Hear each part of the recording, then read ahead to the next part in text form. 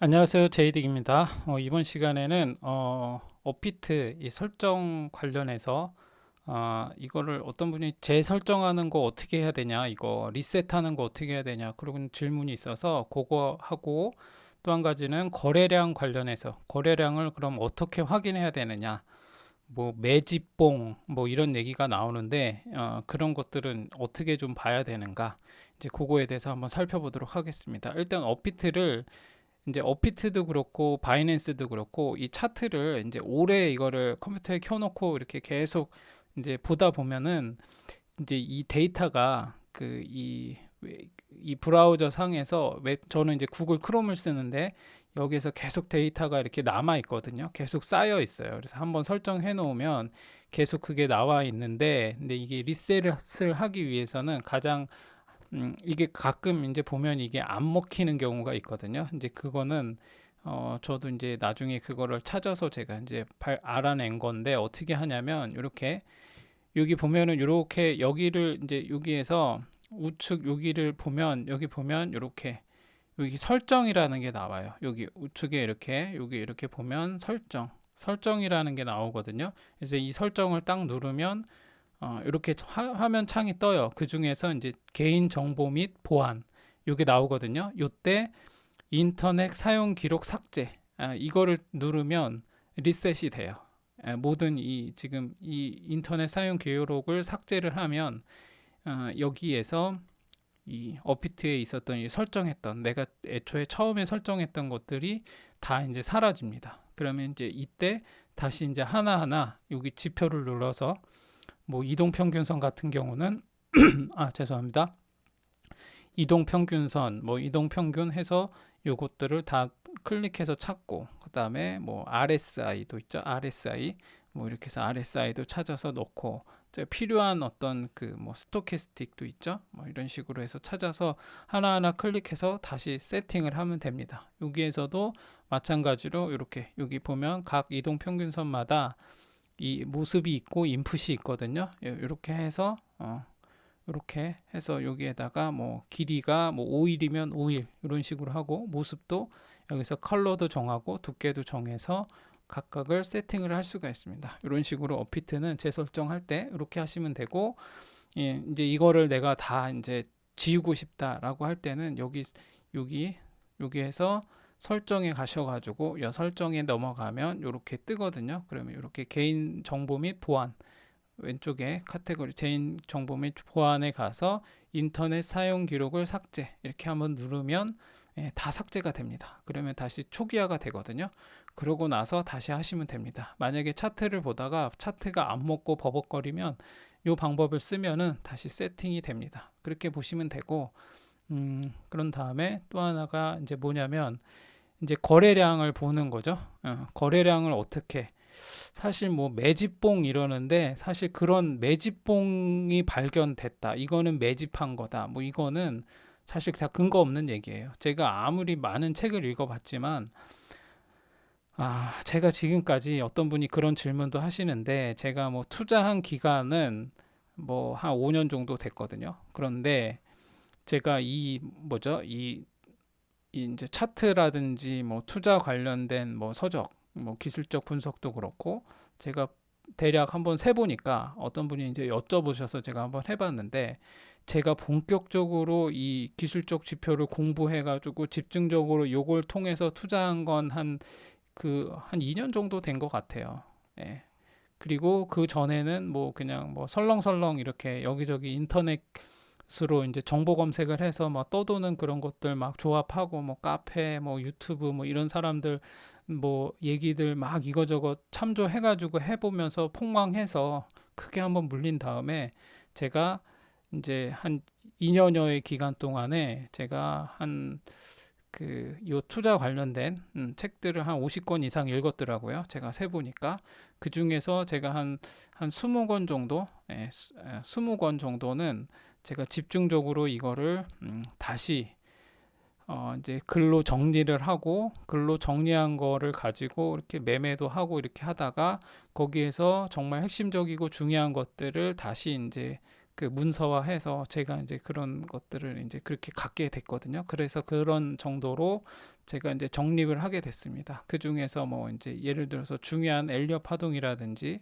중요한 보조 지표 보는 것, 캔들의 어떤 그런 법칙들, 캔들의 패턴의 모양들, 그리고 각종 뭐 차트에서 보여지는 이런 펜들들, 그 패턴들 이런 것들을 쫙 이렇게 해서 서로 이렇게 흩어져 있는 이런 조각들을 하나로 연결해서 보니 얘네들이 서로 연관성이 있다. 그래서 그 안에서 제 나름대로 이것들이 엘리어 파동이라는 큰 흐름 안에서 어떤 식으로 얘네들이 어떤 모양으로 나오는지를 제가 나름대로 분석을 해서 그 책에 나온 내용들을 토대로 해서 저 나름대로의 어떤 그 기준과 원칙을 갖게 됐습니다. 그래서 제가 그런 정도, 한 50권 좀 넘은 것 같아요. 그래서 지금도 저는 이제 주말마다 그리고 평일에도 한 하루에 1시간 정도는 책을 항상 꼭 읽습니다. 이 기술적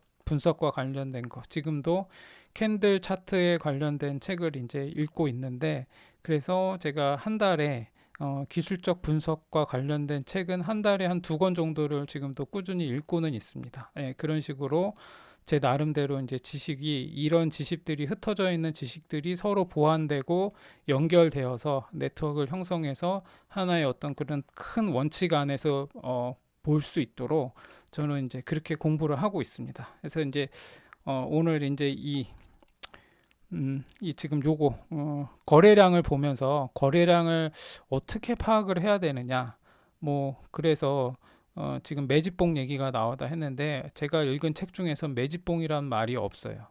그리고 여러분들이 만약에 책을 고르는 어떤 게 양서인가, 어떤 게 신뢰할 만한 책인가, 이거 이제 자꾸 이제 삼천포로 빠지는 것 같긴 하지만 요거까지만 제가 한번 짚고 넘어가겠습니다. 어떤 책이 신뢰할 만한 것인가 라는 것을 알기 위해서는 일단은 내가 어떤 차트 책을 공부하려고 합니다. 그런데 책을 이제 서점에 가면 너무 많아요. 뭐 휘황찬란하죠. 막 가판대 이렇게 그 매대에 딱 올라와져 있는 베스트셀러 이런 것들을 보면 눈이 휙휙 돌아갈 정도로 막 해요. 근데 막상 이렇게 딱 책을 들고 보면은 내가 잘 모르기 때문에 이게 진짜 좋은 건지, 객관적으로 이게 합리적인 사실이 맞는 건지 판단할 근거가 없어요. 그래서 일단은 처음에는 베스트셀러나 뭐 이런 것들이 있으면 많이 읽히는 것들을 한번 그냥 가볍게 읽어보는 것도 괜찮은 방법이에요. 그래서 저는 똑같은 내용, 예를 들어서 차트 분석, 뭐 이런 주제를 가지고 나온 책이 있잖아요. 그러면 저는 적어도 이런 책을 한 3권에서 4권 정도는 좀 읽거든요. 근데 출판사도 다르고 지은이도 다른 책을 3-4권 정도를 골라서 한번 읽어봅니다. 그러고 나서 여기 공통된 내용들이 나오거든요. 그러면 이게 지금 공통적으로 얘기하는 걸 보니까 이거는 객관적으로 이게 맞는구나 라고 이제 판단을 하게 됩니다. 그런 다음에 이 양서를 고르기 위해서 이제 중요한 건 뭐냐면 저는 이 주석을 보거든요. 뒤에 참고 문헌이 뭔가를 봅니다. 왜냐하면 어떤 사람이 내가 뭔가를 주장할 때 근거가 있어야 되거든요. 막연하게 내가 경험을 해봤더니 이래 라고 하는 건 그 사람의 뇌피셜인 거예요. 내가 이렇게 내가 이거 주식 시장에서 내가 한 30년을 이렇게 해보서 내 나름대로 분석을 해보니까 이래 라고 하는 거는 그 사람이 진짜 천재가 아닌 이상은 뭐 그런 근거가 없는 내용일 경우가 되게 많아요. 그래서 여러분들이 어떤 책을 보고 이게 책에 나왔다고 해서 무조건 이게 믿을만하고 합리적이다라고 판단하시면 안 되고, 같은 분야의 어떤 관련된 그런 서적들을 다양하게 읽어보고 그 나름대로 공통점을 찾아보고, 그리고 그 책이 얼마나 많은 참고 문헌을 통해서 그 사람이 주장하는 것을 뒷받침하고 있는가를 살펴볼 수 있어야 돼요. 그래야 그 책이 좀 더 신뢰할 수 있을 만한 책인 거예요. 저는 그래서 이런 뭐 사회과학 서적이라든지 과학과 관련된 거, 뭔가 논리적이고 합리적인 것을 얘기하는 뭐 자기계발류의 이런 서적들을 볼 때 반드시 뒤에 참고 문헌이 얼마 정도 되는가, 이 사람이 무엇을 참고했는가라는 것을 반드시 살펴보고, 주석이라든지 참고 문헌이 없는 책은 저는 그냥 다 덮습니다. 그게 아무리 막 베스트셀러가 됐다라고 하더라도 저는 그런 책은 안 읽습니다. 왜냐하면 그건 그 사람의 주관적인 견해일 뿐이기 때문에.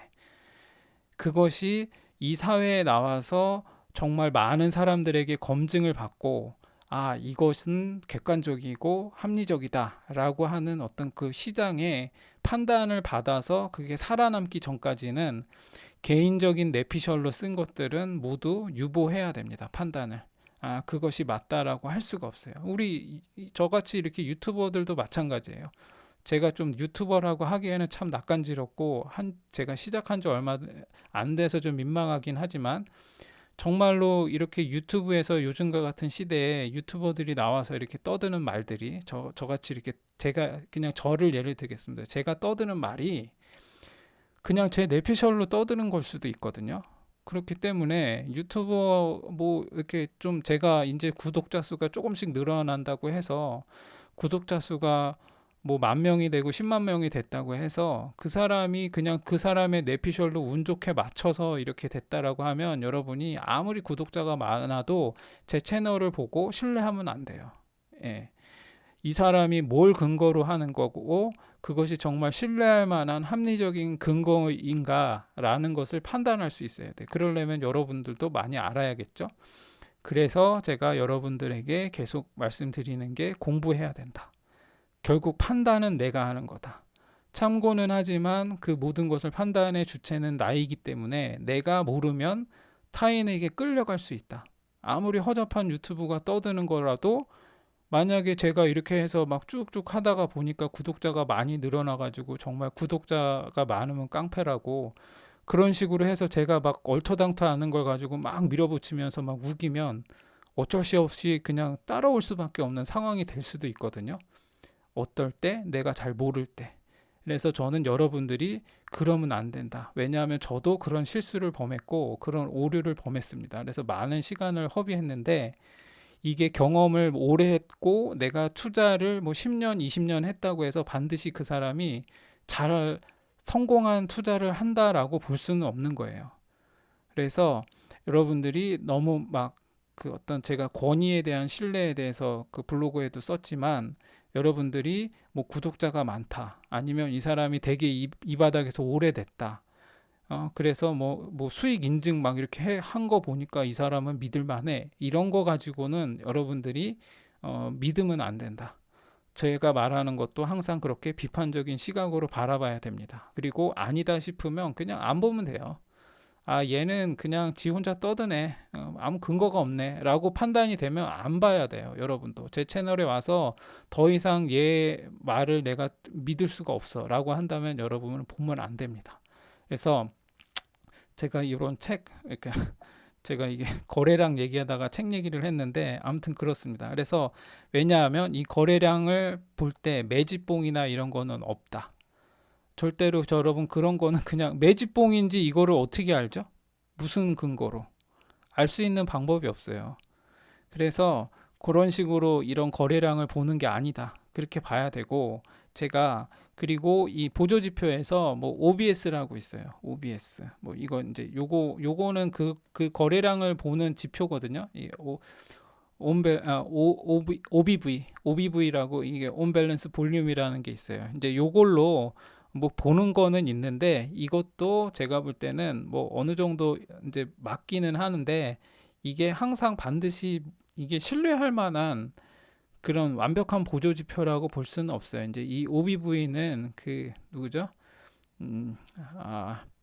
그 그랜빌, 이동평균선을, 그 이동평균선 매매의 어떤 그런 법칙을 말한 그랜빌의 법칙, 뭐 그런 걸 한 그 분이 만든 그 지표거든요. 그래서 어느 정도는 신뢰할 만한데, 이걸 보고 그 이 거래량을 파악하기는 좀 약간 어려울 수가 있어요. 그래서 요거 OBV는 제가 그 차트 공부 영상에 올리지 않았는데, 요것도 한번 왜 그런지, 제가 왜 요거만 보고 가기에는 어려운지, 그것도 나중에 한번 제가 올려보도록 하겠습니다.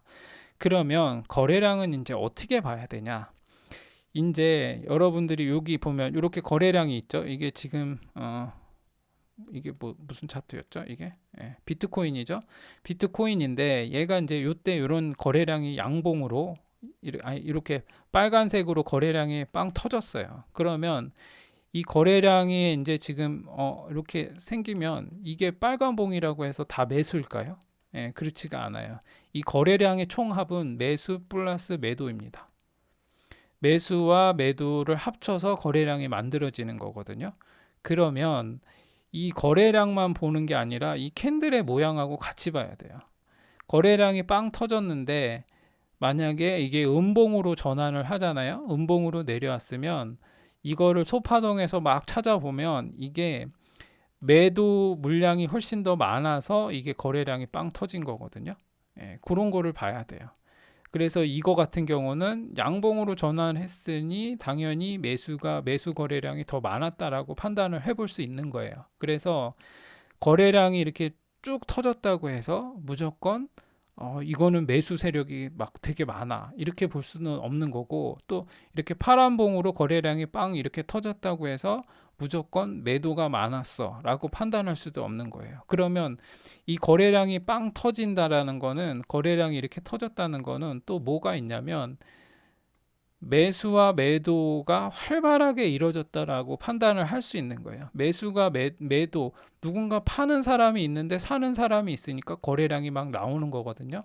그래서 이 거래량은 속일 수 없다라고 하지만 이제 이거를 캔들하고 같이 봐야 되는 게, 이런 자전거래 같은 게 있을 수 있어요. 누군가 계속 샀다 팔았다 이거를 계속 하고 있는 거예요. 왜 가끔 보면 왜 봇 돌려가지고 막 5천 원이 막 5천 원 플러스 마이너스 계속 이러면서 캔들이 막 움직이고 이럴 때가 있잖아요. 이게 지금 계속 봇을 돌려서 이렇게 샀다 팔았다 이거 근데 봇 돌리는 거 주식시장에서는 불법입니다. 근데 아무튼 이런 식으로 계속 막 이렇게 하잖아요. 그러면 사고 팔고가 많이 하면 거래량이 늘 수밖에 없어요. 근데 이제 이게 이렇게 하는 것도 한계가 있는 거죠. 거래량을 뭐 이렇게 자전거래 해가지고 막 올라온다고 해가지고 이렇게 갑자기 엄청난 압도적인 거래량으로 올라오기는 힘들어요. 이런 식으로 하는 거는. 근데 중요한 건 뭐냐? 일단은 거래량은 매수와 매도가 같이 합해진 총합이다라는 것을 일단 알고 계셔야 돼요. 여기 이 양봉 거래량에는 반드시 매도 물량도 같이 포함되어 있는 거예요. 그래서 뭘 같이 봐야 되냐? 요걸 봐야 돼요. 캔들을. 근데 이 캔들만 딱 봐서 되는 게 아니에요. 이 캔들 하나만 보고 야, 거래량 이렇게 빵 터졌으니까 앞으로 쭉 갈 거야 라고 무조건 단정 지을 수는 없어요. 그래서 제가 캔들을 볼 때 뭘 봐야 되냐? 제가 그런 얘기 많이 하죠. 이게 캔들 분석을 할 때, 자, 이렇게 양봉이 하나, 색깔을 빨간색으로 한번 해보겠습니다. 이렇게 양봉이 하나 이렇게 터졌어요. 양봉이 이렇게 터졌어요. 그러고 나서 근데 거래량이 붙었어요. 이렇게 거래량이 막 이렇게 밑에서 거래량이 붙었어요. 그러면 이때 뭐죠? 매도보다는 매수가 더 많이 붙었겠다고 판단을 해볼 수 있겠죠? 매수가 더 많이 붙었다고 판단을 할 수가 있어요. 그러면 얘가 이렇게 종마감을 했어요. 그러면 파동상 어떻게 되죠? 여기서 시작을 해서 이렇게 쭉 올라갔다가 여기에서 마무리를 한 거예요. 그러면 그 다음 봉을 같이 봐야 돼요. 그 다음 봉에서 얘가 만약에 이렇게 거래량이 터지면서 양봉이 나왔는데, 얘가 뭐 예를 들어서 이런 음봉이 나왔다고 칩시다. 이런 음봉이 나왔어요. 이런 음봉이 그 다음날 이런 음봉이 나왔어요. 근데 이렇게 치고 이렇게 나왔어요. 그러면 이 음봉이 의미하는 바는 뭐냐면, 근데 거래량이 이렇게 있겠죠. 거래량이 뭐 이렇게 터졌다고 칩시다. 그러면 얘가 의미하는 바는 뭐냐면 얘의 50% 선을 치고 내려온 거예요. 이때 50%, 이때 이 양봉의 50% 선을 치고 내려온 거기 때문에 여기에서 이렇게 쭉 올렸다가 한번 털고 쭉 내려온 거예요. 근데 거래량이 많이 안 터졌어요. 그러면 이건 뭐냐면 매도만 나온 거예요. 매도만. 그러니까 일시적으로 매도만 털고 내려온 거거든요. 그래서 이런 게 3파에서 나오는 경우도 많아요. 그래서 이렇게 쭉 한번 털고 내려왔어. 근데 거래량이 별로 안 터졌어. 그러면 이거는 일시적인 하락이라고밖에 볼 수가 없는 거예요. 이 거래량이 얼마 안 되고 캔들은 쭉 갔다가 음봉으로 50%를 깨고 내려왔을 경우, 그럴 경우에는 뭐 이런 경우에는 그냥 계속 들고 있는 거죠. 왜냐? 매도량이 얼마 없었기 때문에. 그러면 이거는 일시적으로 터는 모양이라고 볼 수가 있는 거예요. 그래서 이 거래량과 이 캔들의 관계를 같이 살펴야 된다. 뭐 이렇게 거래량이 압도적으로 한번 나왔다고 해가지고 이것만 무조건 믿고 캔들은 안 보고 패턴도 안 보고 엘리엇 파동도 안 보고 이것만 보고 딱 들어갔다는 그냥 낭패 보기 쉬워요. 왜냐하면 이게 트릭일 수도 있거든요. 그래서 우리가 뭐 불트랩이라는 말도 쓰고 베어 트랩이라는 말도 쓰잖아요. 이제 트랩이라는 것은 덫이라는 거잖아요. 이제 트릭이거든요. 올리는 척 하다가 빵 내려가지고 다들 막 그냥 다 손절치게 만들고 여기서 받아먹고 뭐 이런 식의 것이 나와요. 그런데 캔들은 그래서 속일 수가 있어요. 이 캔들 하나에는 이렇게 음봉이 나온다고 하더라도 이 안에는 이 거래량을 같이 보면 거래량이 이렇게 큰, 예를 들어서 이렇게 큰 장대 음봉이 나왔어요. 근데 거래량이 요만큼밖에 없어요. 그럼 이건 뭐냐면 그냥 이렇게 거래량이 이만큼밖에 안 터졌기 때문에 이 아무리 큰 장대 음봉이 나와도 이 캔들은 그냥 트릭일 가능이 높은 거예요. 예를 들면 이제 이렇게 될 수 있겠죠. 이렇게 지금 장대 양봉으로 딱 이렇게 올라갔는데 이런 식의 음봉이 내려와 버렸어요. 근데 거래량이 얼마 안 돼요. 그러면 이때는 거래량이 많이 터졌는데 그러면 이거는 그냥 트릭인 경우가 많아요. 이렇게 될 경우에. 그러면 이렇게 조정을 하다가 결국은 다시 올라가요. 이런 식의 모양이 나온다면. 그래서 반드시 이 거래량을 볼 때는 캔들도 같이 봐야 된다. 근데 또 반대로 얘기하면 캔들을 볼 때는 거래량을 같이 봐야 돼요. 이게 상승이 나왔는데 거래량이 붙었나? 라는 걸 봐야 돼요. 거래량은 없는데 막 캔들만 막 주구장창 쭉 올라가면 이거는 그냥 누가 일방적으로 그냥 끌어올렸다는 얘기밖에 안 되거든요. 그럼 이때 올라타면 그냥 여기에 콱 물리는 거예요. 예. 그래서 캔들이 이렇게 빵 쏘고 올라갈 때는 반드시 거래량이 압도적으로 붙거나 같이 해줘야 돼요. 그렇지 않고 그냥 뭐 이것만 쭉 올라가면 문제가 생기고, 또 내려올 때도 매도 물량이 나올 때도 마찬가지로 이렇게 장대 음봉이 나왔는데 거래량이 얼마 없다. 그러면 얘는 그냥 한번 그냥 털려고 패닉셀을 유도하기 위해서 하는 경우도 많아요. 그래서 반드시 이 캔들과 이 거래량을 같이 살펴야 된다. 그래서 이게 어떤 의미인지를 파악할 수가 있어야 돼요. 그래서 이게 그냥 하루아침에 되지는 않아요. 계속 이거를 연구를 해봐야 되거든요. 분석을 해서, 야, 이게 지금 과거에도 이랬나? 하면서 막 찾아보고 이런 식으로 계속 봐야 돼요. 그리고 이제 캔들의 모양이 이렇게 있으면 제가 항상 뭐 이게 상승 장악형이냐 하락 장악형이냐 뭐 이런 것도 보잖아요. 그래서 50% 선을 되게 중요하게 저는 얘기하거든요.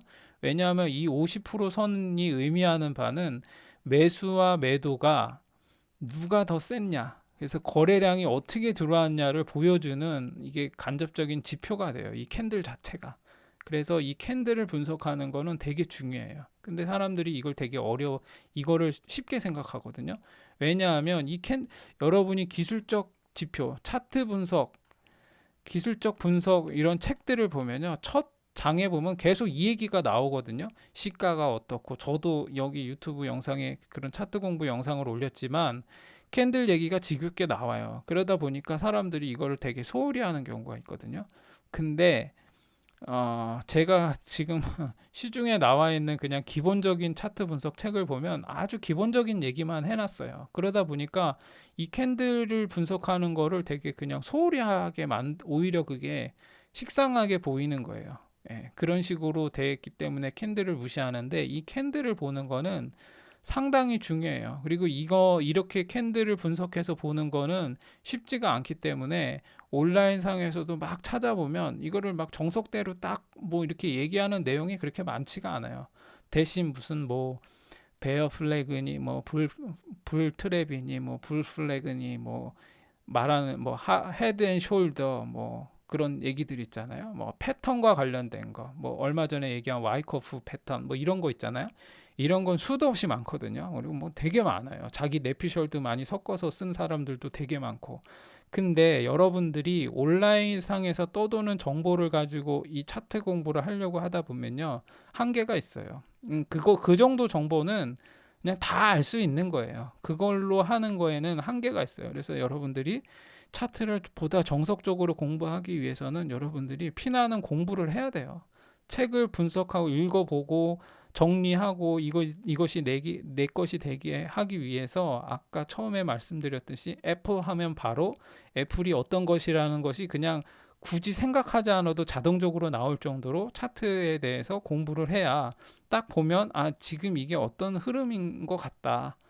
지금 이게 이런 모양인 것 같다라는 것을 직관적으로 일단은 판단할 수 있을 정도가 될 정도로 여러분들이 공부를 해야 된다. 그래서 거래량과 뭐 이게 지금 세력이 매집을 했다는 등 이게 다 제가 볼 땐 다 이거 그냥 자기 생각인 거예요. 자기 내피셜인 거예요. 이거를 알면 그 상식적으로 한번 생각해 봅시다. 여러분 만약에 제가 야 이거 세력이 매집했다. 야 이거 매집봉이다. 뭐 이런 거를 제가 안다면 굳이 왜 그거를 알려줄까요? 그렇게 그 정도로 제가 잘 알고 막 하고 이렇게 해서 한다면 제가 굳이 왜 뭐 유튜브에서 막 이걸 떠들면서 그냥 저 혼자 여기 이거를 잘 알면 뭐 영끌 해가지고 진짜 거기에 다 이렇게 그냥 다 몰빵해가지고 수익을 내지 제가. 그리고 그거를 얘기하는 사람들도 마찬가지예요. 그게 뭐냐면 결국 아시는 분들은 아시겠지만 사람들을 이런 식으로 끌어들여서 선동해서 이걸 해가지고 야 여기에 많이 몰리게 해서 가격 좀 끌어올린 다음에 털고 나오려고 하는 그런 속셈도 많이 있는 거거든요. 근데 여러분들이 그런 거에 속으면 안 돼요. 그래서 제가 말씀드리고자 하는 건 뭐냐면 이 거래량은 다시 한번 정리하자면 매집봉 이런 거 모른다. 아무도 이런 거 알 수 없다. 이게 지금 뭐 어디 세력이 이거 지금 바닥에서 매집했다. 이런 걸 알 수 있는 방법은 없다. 그런 식의 방법을 알 것 같으면 누구나 다 돈 벌 수 있다. 그리고 그런 식으로 뭐 제가 예전에도 한번 우스갯소리로 얘기했지만 마지막 기회 뭐 길 가다 보면 뭐 그런 거 있잖아. 이번 뭐 어디에서 뭐 무슨 뭐 빌라 분양해서 이거 마지막 기회 무슨 뭐 이러면서 막 플랜카드 크게 써붙이잖아요. 그 마지막 기회면은 자기가 사지 왜 그거를 광고까지 하면서 거기다 붙여놨겠어요. 마지막 기회가 아니니까 그 붙여놓은 거에 안 팔리니까. 마찬가지로 이런 매집봉 알고 이러면 본인이 조용하게 아는 사람 지인들 뭐 이런 사람들 연끌해가지고 거기 몰빵해가지고 투자해서 수익을 내겠지. 왜 굳이 이게 매집봉이 떴다 뭐 이러면서 왜 동네방네 떠들면서 하겠어요. 그래서 이런 방법은 없다. 다만 우리가 많은 교과서적인 책에서 나오는 이 거래량을 분석하는 방법 중에서는 이 거래량은 매수와 매도가 같이 총합으로 이루어진 것이고 그것이 이 거래량으로 나온 것이고 사고 팔고가 많을수록 거래량은 올라갈 수밖에 없다. 그리고 이 거래량과 함께 캔들을 한번 같이 봐야 된다. 그리고 이 캔들의 모양이 하나만 봐서 되는 게 아니라 연속적인 어떤 패턴 가운데 이 거래량과의 연관성을 찾아야 된다. 그 중에서 중요한 건 50% 선이다. 이렇게 보시면 돼요. 이 정도만 알고 있어도 이건 되게 상식적인 것이고 기본적인 공식이에요. 그래서 거래량과 캔들의 모양과의 관계는 반드시 알아야 된다. 그리고 이 50% 선을 깨고 내려오느냐 올라가느냐는 이 거래량을 파악하는 데 되게 중요한 어떤 그 지표가 될 수 있다. 그래서 항상 그것들을 같이 봐야 된다.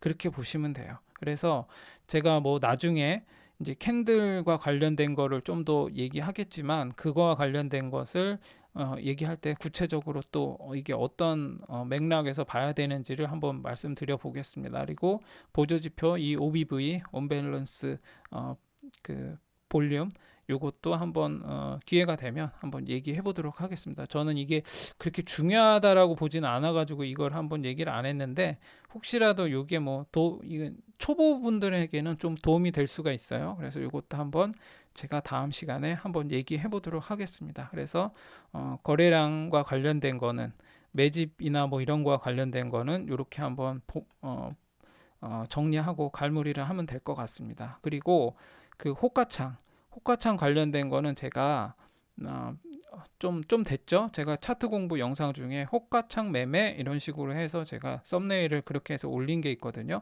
그거를 보고 참고하시면 될 것 같습니다. 이렇게 해서 이번 영상도 마치도록 하겠습니다.